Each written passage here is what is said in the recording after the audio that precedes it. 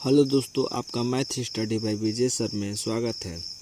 आज हम mensuration chapter start कर रहे हैं क्षेत्रमिति। तो क्षेत्रमिति में सबसे पहले हम आज पढ़ेंगे रेक्टेंगल यानी आयत। सबसे पहले पढ़ेंगे आयत यानी रेक्टेंगल। एकदम बेसिक से पढ़ा रहे हैं दोस्तों। जो पढ़ना चाहता है चैनल को सब्सक्राइब करें और बेल आइकन की घंटी को जरूर बजाएं। तो चलिए सबसे पहले पॉइंट के हिसाब से देखते हैं। सबसे पहले आयत कैसा होता है दोस्तों? आयत क्या होता है? आयत चार भुजाओं से बनी एक आकृति होती है। चार भुजाओं से बनी एक आकृति होती है। लेकिन आयत केवल चार भुजाओं से बनी आकृति नहीं हो सकती है। उसके क्या होने चाहिए? आमने सामने की भुजा बराबर होने चाहिए। अगर नाम इसका दे दे, ये ए, ये बी, ये सी और ये डी। अगर ये 5 मीटर का होगा तो ये भी 5 मीटर का होगा। अगर ये 3 मीटर का होगा तो ये भी 3 मीटर का होगा।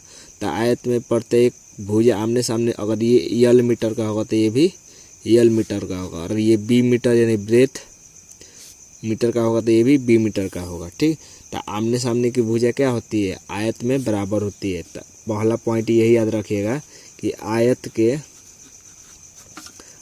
की आमने सामने की भुजाएं आमने सामने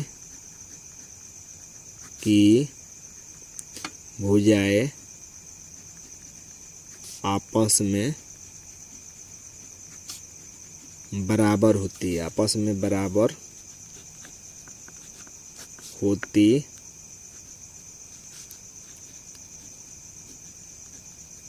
है। अगर समझ में नहीं आ रहा होगा दोस्तों राइटिंग, तो मैं बोल भी रहा हूँ, आप सुन लीजिएगा कि आयत की आमने सामने की भुजाएं आपस में क्या होती है? बराबर होती है, तभी आयत कहा जाएगा। ये पहला पॉइंट। दूसरा पॉइंट ये याद रखिएगा दोस्तों कि इसमें विकर्ण होते हैं। कितने विकर्ण होते हैं? 2 विकर्ण होते हैं। मान लीजिए एक विकर्ण हो गया AC, एक विकर्ण हो गया BD। तो ये दोनों विकर्ण आपस में बराबर होते हैं। तब विकर्ण लिख लीजिए कि दोनों विकर्ण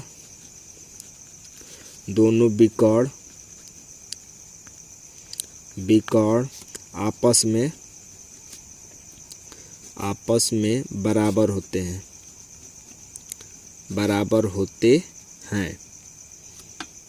तो दोनों विकर्ण आपस में बराबर होते हैं दोस्तों। इसका मतलब कि विकर्ण को क्या कहते हैं? डी कहते हैं, डायगोनल।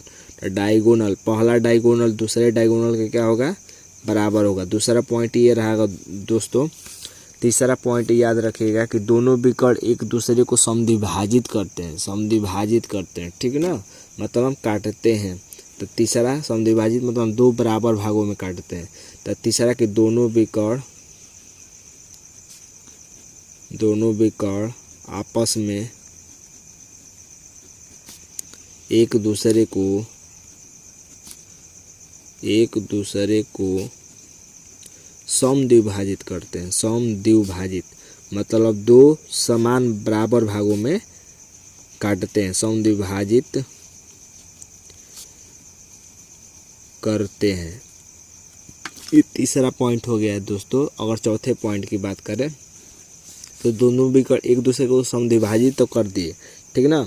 लेकिन कभी भी आयत में कभी भी यहाँ पर जो काट रहे हैं तो यहाँ पर 90 डिग्री नहीं बनेगा दोस्तों। ये याद रखिएगा कि कभी भी पहला विकर्ण दूसरे विकर्ण के लंबवत नहीं होगा। पहला विकर्ण दूसरे विकर्ण के लंबवत नहीं होगा। याद रखिएगा दोस्तों कि पहला विकर्ण दूसरे विकर्ण के लंबवत नहीं होगा।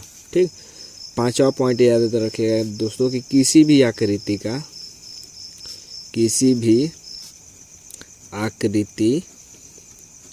का परिमाप निकालने के लिए परिमाप को इंग्लिश में पेरीमीटर कहते हैं दोस्तों। निकालने के लिए आकृति की सभी भुजाएं जोड़ दी जाती है। आकृति की सभी भुजाओं को आपस में जोड़ देते हैं। ये पांचवा पॉइंट याद रखिएगा दोस्तों। अगर छवे पॉइंट की बात करें दोस्तों, 6 पॉइंट की, तो 6 पॉइंट में ये याद रखिएगा कि अगर ये रेक्टेंगल है तो रेक्टेंगल में सबसे, यानी आयत है, रेक्टेंगल यानी आयत, अगर आयत है तो आयत में सबसे बड़ी भुजा कौन सी रखी जाएगी। मान लीजिए कोई आयताकार बॉक्स है, उसमें कोई चीज़ रखी जानी है, तो सबसे बड़ा से बड़ा चीज़ कौन सा रखा जाएगा। तो आप कहेंगे कि अगर इसमें सबसे बड़ा दिख रहा है ये बिकॉर्ड, बिकॉर्ड यानी डायगोनल, तो सबसे बड़ी चीज़ अगर कोई रखना हो तो बिकॉर्ड के समान रखेंगे, ठीक ना। तो याद रखिएगा कि आयत में सबसे बड़ी रखी जा सकने वाली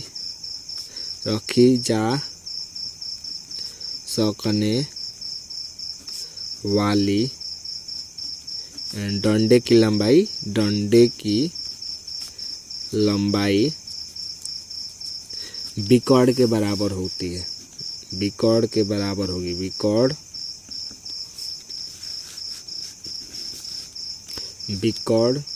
के बराबर होगी। तो ये 6 पॉइंट याद रखिएगा दोस्तों। पॉइंट तो और भी बन सकते हैं, ठीक ना। और अभी मैं सूत्र बताऊंगा तो आप याद रखिए। देखिए यल से डिनोट करूंगा मैं लंबाई को, ठीक ना, लेंथ में से लंबाई, बी से मैं डिनोट करूंगा चौड़ाई को, यल बी, और डी मतलब डायगोनल, बी से ब्रेथ, डी से डिनोट करूंगा मैं बिकॉर्ड को। इतना आप दिमाग में बैठाए रखिएगा दोस्तों। अब परिमाप को मैं पी से भी डिनोट कर सकता हूँ, पेरीमीटर यानी परिमाप, ठीक। और क्षेत्रफल को मैं ए यानी एरिया। देखिए दोस्तों एक बार और देख लीजिए, लंबाई को एल से डिनोट करूँगा, चौड़ाई को बी से, बिकॉर्ड को डी से डायगोनल, परिमाप को पी से पेरीमीटर, एरिया मतलब क्षेत्रफल, क्षेत्रफल को मैं किसे डिनोट करूँगा, एरिया यानी ए से, ठीक ना। तो इतना मैं इसको न लिख, समय को बचाते हुए इतना न लिखकर मैं शॉर्ट फॉर्म में लिख सकता हूँ, ठीक ना। तो आप इसको ध्यान में रखिएगा। तो चलिए मैं सूत्र बता रहा हूँ। तो पहला सूत्र देखिए दोस्तों कि पहला सूत्र क्या है। तो पहला सूत्र है हमारा कि आयत का क्षेत्रफल, आयत का क्षेत्रफल, क्षेत्रफल मतलब एरिया, क्षेत्रफल मतलब एरिया। तो आयत का क्षेत्रफल, क्षेत्रफल को क्या कहते हैं, लंबाई गुणे चौड़ाई। किसी भी आमने सामने की भुजाएं को छोड़कर अगर दो भुजाओं को आपस में गुणा कर दिया जाए तो क्षेत्रफल कहलाएगा, ठीक ना।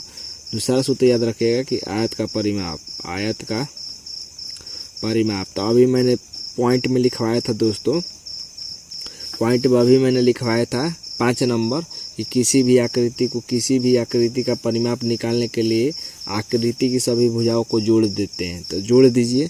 तो इसका क्या, ये एल है, ये बी है, फिर यल जोड़ रहे हैं सब, फिर बी।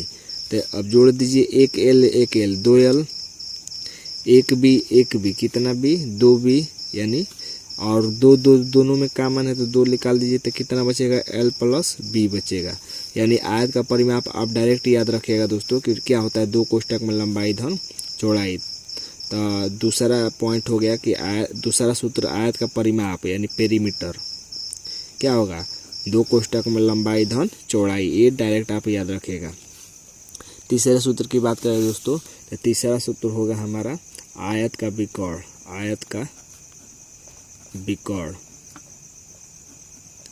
तो आयत का बिकॉर्ड मतलब डायगोनल, बिकॉर्ड मतलब डायगोनल।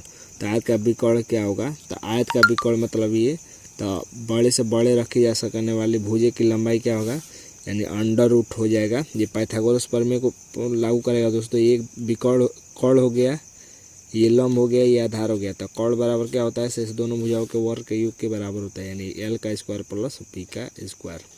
3 सूत्र हो गए दोस्तों, और बता रहे हैं। तो मैंने ये 3 सूत्र बता दिया था दोस्तों, आयत का क्षेत्रफल, परिमाप और बिकॉर्ड। चौथे पॉइंट में अब याद रखिएगा, चौथा सूत्र नहीं है, पॉइंट में याद रखिएगा कि क्षेत्रफल का मात्रक क्या होता है, क्षेत्रफल का मात्रक मीटर स्क्वायर होता है। मतलब मीटर स्क्वायर चाहे स्क्वायर मीटर, चाहे वर्ग मीटर, चाहे सेंटीमीटर स्क्वायर, मतलब स्क्वायर में होगा, ठीक ना। या सेंटीमीटर स्क्वायर भी हो सकता है, या सेंटीमीटर स्क्वायर या वर्ग सेंटीमीटर, ठीक ना। और परिमाप का मात्रक, तो परिमाप का मात्रक मीटर होता है या सेंटीमीटर भी हो सकता है। और विकर्ण का मात्रक, तो विकर्ण का मात्रक मीटर भी हो सकता है या सेंटीमीटर। ये मात्रक दिमाग में बैठाए रखिएगा दोस्तों, क्योंकि सवाल को हल करने में ये बहुत ही मदद कर रही है। तो चलिए हम क्वेश्चन को स्टार्ट करते हैं। पहला क्वेश्चन देखिए दोस्तों, मैंने क्वेश्चन छोटा छोटा लिया है दोस्तों, अभी स्टार्ट कर रहा हूँ कि जिसको नहीं भी आता होगा वो सीख सकता है, ठीक। मैं आगे बढ़ने के साथ साथ बड़ा क्वेश्चन लेता जाऊँगा। तो देखिए कह रहा है कि एक आयत की लंबाई 12 मीटर, चौड़ाई 11 मीटर है, तो परिमाप बताइए। तो लंबाई को मैंने बताया था एल से लिखेंगे, तो लंबाई कितना दिया है 12 मीटर। चौड़ाई को मैंने बताया था कि 20 से लिखूंगा, तो चौड़ाई को कितना दिया है 11 मीटर। तो परिमाप पूछा है, परिमाप। तो परिमाप, आयत का परिमाप मैंने बताया था दोस्तों कि आयत का परिमाप। तो आयत का परिमाप मैंने क्या बताया था, 2 कोष्ठक में लंबाई धन चौड़ाई, 2 कोष्ठक में लंबाई धन चौड़ाई। तो यहाँ पर रख देंगे 2 कोष्ठक में लंबाई का मान कितना 12 प्लस चौड़ाई का मान कितना 11।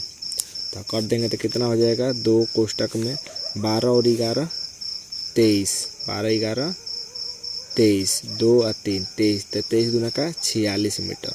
इतना 46 मीटर, मीटर स्क्वायर नहीं, 46 मीटर, ठीक ना। या इस तरह जल्दी से कर सकते हैं दोस्तों कि 12 दूना का 24, 11 दूना का 22, तो 24 और 22 46। एक और क्वेश्चन देखते हैं दोस्तों। दूसरा क्वेश्चन है कि एक आयत की लंबाई 3 मीटर, लंबाई कितना दे दिया 3 मीटर, चौड़ाई 4 मीटर, चौड़ाई कितना दे दिया 4 मीटर। तो आयत का विकर्ण बताइए। तो आयत का विकर्ण बताना दोस्तों कि आयत का विकर्ण, तो आयत का विकर्ण क्या होता है, तो मैंने सूत्र बताया था कि क्या होता है, अंडर रूट में एल का स्क्वायर प्लस बी का स्क्वायर। ये छोटा छोटा क्वेश्चन है दोस्तों, अभी जिसको नहीं आता है वो देख ले। फिर एल का मान कितना 3 का स्क्वायर, आगे वीडियो में बढ़ जाने के बाद कोई भी नहीं समझ पाएगा। बी का मान कितना 4, तो 4 का स्क्वायर। तो अब कर देंगे तो कितना हो जाएगा, अंडर रूट में 3 2 बार गुणा करेंगे तो 9, 4 2 बार गुणा करेंगे तो 16, तो अंडर रूट 16 9 25। तो 25 की संख्या को 2 बार गुणा करने पर 25 आता है, या 25 किसका वर्गमूल है, तो 5 का, तो 5 मीटर। एक और क्वेश्चन देखते हैं दोस्तों। एक आयत की लंबाई 17 मीटर, तो लंबाई कितना 17 मीटर, चौड़ाई 10 मीटर, चौड़ाई कितना 10 मीटर। तो आयत का क्षेत्रफल बताइए। तो आयत का क्षेत्रफल के लिए सूत्र मैंने क्या बताया था दोस्तों, आयत का क्षेत्रफल। तो आयत का क्षेत्रफल क्या होता है, लंबाई गुणे चौड़ाई। तो लंबाई कितना 17 गुणे चौड़ाई कितना 10, तो 17 से 10 में गुणा कर दीजिए, 17 दाम 170। अब बताइए दोस्तों 170 मीटर की 170 मीटर स्क्वायर, तो 17 मीटर है, ये भी 10 मीटर है, तो गुणा करना है ना, तो 170 मीटर स्क्वायर। मैंने बताया था कि क्षेत्रफल का मात्रक क्या होता है मीटर स्क्वायर। तो आज की वीडियो में बस इतना ही दोस्तों। अगर आपको ये वीडियो अच्छा लगा हो तो आप इस वीडियो को लाइक शेयर कमेंट करना ना भूलें और चैनल को सब्सक्राइब जरूर करें। धन्यवाद दोस्तों।